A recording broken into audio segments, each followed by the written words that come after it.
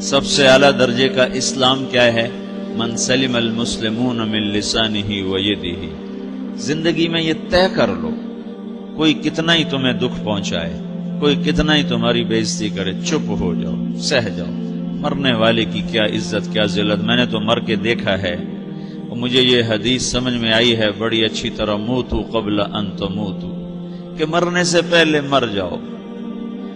اس وقت اگر میں مر جاتا تو مجھے کوئی گالیاں دیتا تو مجھے کیا نقصان تھا، اور مجھے کوئی نعرے لگاتا میرے لیے تو میرا کیا نفع تھا.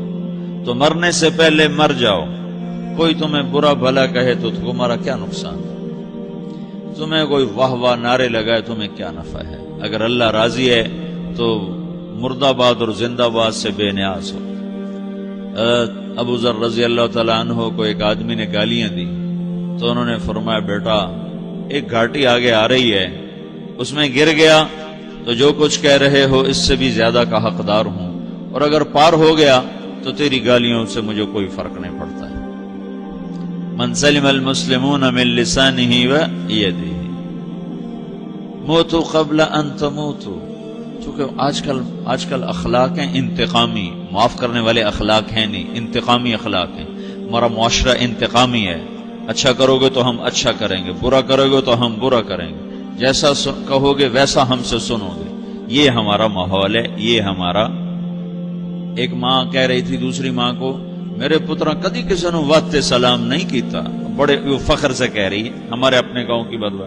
میرے پترا کدی نہیں کسی نے واسطے سلام کیتا، مائی جڑا کرے انہوں کریں دیں، جڑا نہ کرے انہوں پوچھ دے ہی کوئی نہیں. یہ وہ فخر سے کہہ رہی. جو سب سے بڑا عیب ہے وہ سب سے بڑا فخر بنا ہو. میرے پترا کدی نہیں کسی نے واسطے سلام کیتا. جب ماں باپ نے یہ سبق دیا تو اولاد کا کیا قصور ہے. ہمارا معاشرہ انتقامی ہے، ایک کی 10 سنانے کا ماحول ہے، تو آپ 100 کی ایک بھی نہ سناؤ. احنف بن قیس رضی اللہ تعالیٰ عنہ پہ ایک آدمی نے چڑھائی کر کہنے لگا ایک سناؤ گے نا تو 10 سنو گے میری طرف سے. تو احنف بن قیس کہنے لگے بھائی تو مجھے 100 بھی سنائے گا نا تو میری طرف سے ایک بھی تو نہیں سنے گا. ایک آدمی ان کی بڑی بےزتی کر رہا تھا اور وہ چل رہے تھے اور وہ 100 گالیاں بک رہا ہے. جب آ گیا نا قریب شہر تو کہنے لگے دیکھا میرا قبیلہ یہاں رہتا ہے، اگر کسی نے سن لیا نا تو تیری بڑی دھلائی کر دے گا، تو نے جو مجھے گالیاں دینی میں کھڑا ہوں یہیں تو دے لے، تو اپنا سارا زور پورا کر لے تاکہ آگے تجھے کوئی تکلیف نہ پہنچا دے میری وجہ سے. تو وہ پاؤں پہ گر کے معافی مانگنے لگا کہ واقعی تو بڑے حلم والا. وہ مشہور تھے اپنے حلم میں، بردباری، اور لوگ ان کا امتحان لینے آیا کرتے تھے کہ بھئی کوئی ہے جو احنف کو غصہ دلا دے، تو لوگ ناکام ہو جاتے تھے، ان کو غصہ نہیں آتا. ایسے ایک عرب سردار گزرا معن بن زائدہ، وہ بھی اپنے حلم میں بڑے مشہور تھے. ایک دفعہ لوگوں میں شرط لگ گئی کوئی ہے معن بن زائدہ کو غصہ دلائے تو ہم اس کو انعام دیں گے. تو ایک شاعر نے کہا میں غصہ دلاتا ہوں، تم دیکھنا ایسے سیخ پا ہو جائے گا جیسے جانور. تو وہ چلا گیا اس کی مجلس میں، دربار لگا، عرب سردار تھا بہت بڑا، دربار لگا ہوا. تو کہتا السلام علیکم. وعلیکم السلام. تو معن بن زائدہ پر ایک دور بڑے فقر کا گزرا تھا، پھر اللہ نے اس کو بہت بڑی سرداری دی، بنو عباس کا بہت بڑا یہ وزیر گورنر تھا. تو کہتا اتذکر اذ لحافک جلد شاۃ واذ نعلاک من جلد البعیر. کیوں بھائی تجھے یاد ہے جب تیرا بستر بکری کی کھال تھا اور تیرے جوتے اونٹ کی کھال کے تھے؟ تو کہنے لگا کیوں نہیں یاد، بھلا کوئی ماضی بھی بھولتا ہے.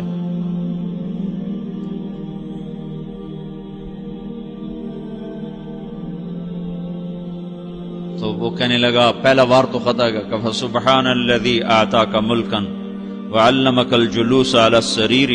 تو پھر ساری تعریفیں تو اللہ کی ہیں جس نے تیرے جیسے کو تخت پہ بٹھا دیا. کہاں بھئی ساری تعریفیں اللہ کی ہیں، میری تو کوئی اوقات نہیں.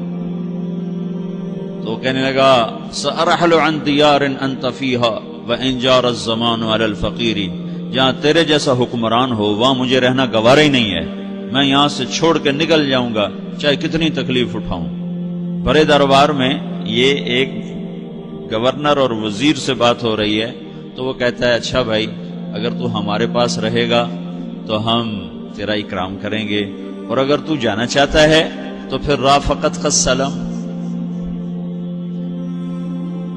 تو وہ یہ وار بھی خالی گیا تو پھر کہنے لگا فجد لی یبن ناقصۃ بمال،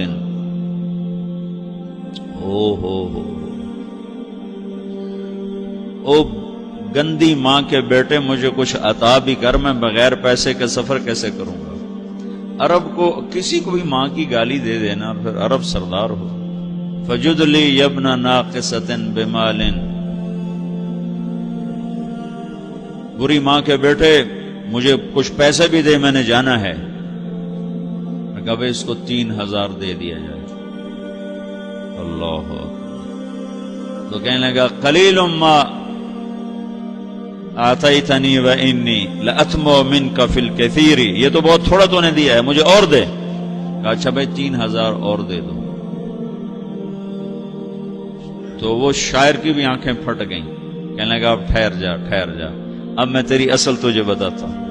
سألت اللہ ان یبکیک ذخرا فما لک فی البریۃ من نذیر، میں اللہ سے دعا کرتا ہوں اللہ تیرے جیسوں کو سلامت رکھے، تیرے جیسا دنیا میں کسی ماں نے جنا ہی کوئی نہیں.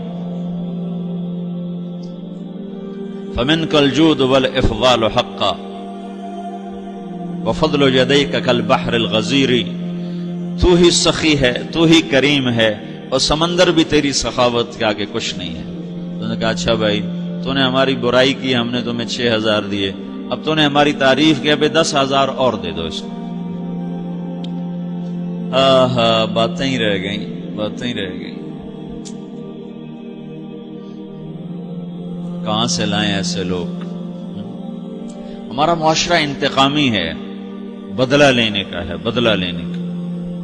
تو میرے ساتھ کیا میں نے بھی کرنا ہے. اعلیٰ درجے کا اسلام یہ سکھا رہا نہیں چپ ہو جاؤ، سلامت بن جاؤ، سلامتی بن جاؤ، سلامتی کی علامت بن جاؤ. من سلم المسلمون من لسانہ ویدہ. اب وہ سوال کرتا ہے یا رسول اللہ ای الایمان افضل، سب سے اعلیٰ درجے کا ایمان کیا ہے؟ اسلام کیا ہے؟ کلمہ، نماز، روزہ، حج، زکوٰۃ. اعلیٰ درجے کا اسلام کیا ہے؟ من سلم المسلمون من لسانہ و یدہ. یہ اخلاق کا ادنا درجہ ہے، ادنا درجہ ہے. ادنا درجے پر پہنچ کر آپ اسلام میں اعلیٰ درجے پر آ سکتے ہیں. وہ سوال کرتا ہے ایمان کیا ہے؟ تو آپ نے کہا اللہ پر، فرشتوں پر، کتابوں پر، رسولوں پر، موت کے بعد کی زندگی پر، تقدیر پر. اب ایک اور سائل سوال کرتا ہے ای الایمان افضل، سب سے اعلیٰ درجے کا ایمان کیا ہے؟ تو آپ نے فرمایا حسن الاخلاق، اچھے اخلاق سب سے اعلیٰ درجے کا ایمان ہے. جو آدمی اسلام میں، جو آدمی اخلاق میں، جو مرد عورت اخلاق میں ادنا درجے پر ہوتا ہے وہ اسلام میں اعلیٰ درجے پر پہنچتا ہے. اب اگر وہ اخلاق میں اعلیٰ درجے پر آ جائے تو اب یہ کہاں پہنچے گا؟ اب یہ کہاں پہنچے گا؟ میرا نبی کہہ رہا ہے سب سے اعلیٰ درجے کا ایمان ہے حسن اخلاق، حسن اخلاق. ابو ہریرہ نے پوچھا یا رسول اللہ وما حسن الاخلاق، یہ بھی ایک اور حدیث ہے. یا رسول اللہ حسن اخلاق کیا چیز ہے؟ تو آپ نے 3 چیزیں فرمائی، تصل من قطعک وتعطی من حرمک وتعفو عمن ظلمک. جو تم سے توڑے نہ تم اس سے جوڑو. نہیں کرتا سلام نہ کریں، کوئی ہم چھوٹے باپ کے ہیں، ہم تو کبھی بھی نہ کریں، ہم تو کبھی بھی نہ منہ تھوکیں بھی نہیں ہم تو میرا نبی کہہ رہا ہے جو توڑے تم اس سے جوڑو، جو محروم کرے اسے عطا کرو، جو زیادتی کرے اس سے درگزر کرو. یہ 3 کام جو عورت مرد کر لے گا یہ اخلاق کے اعلیٰ درجے میں ہے.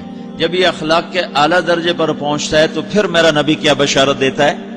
ادنا درجے پر پہنچ کر تو اعلیٰ مسلمان کی بشارت ہے، اور اخلاق میں اعلیٰ درجے پر پہنچ کر میرا نبی کہتا ہے کاد الحلیم ان یکون نبیا، اعلیٰ اخلاق والا بس نبی بنتے بنتے رہ جاتا ہے. اعلیٰ اخلاق والا ایسے ہے جیسے کہ نبی، قریب ہے کہ وہ نبی بن جائے. یہ تو ہے نا ترجمہ، لیکن ہم ہمارے اردو میں کہتے ہیں وہ نبی بنتے بنتے بنتے رہ گیا. کیا مطلب؟ کہ اس میں اور نبی میں صرف نبوت کا فرق رہ جاتا، باقی وہ سب کچھ حاصل کر لیتا ہے.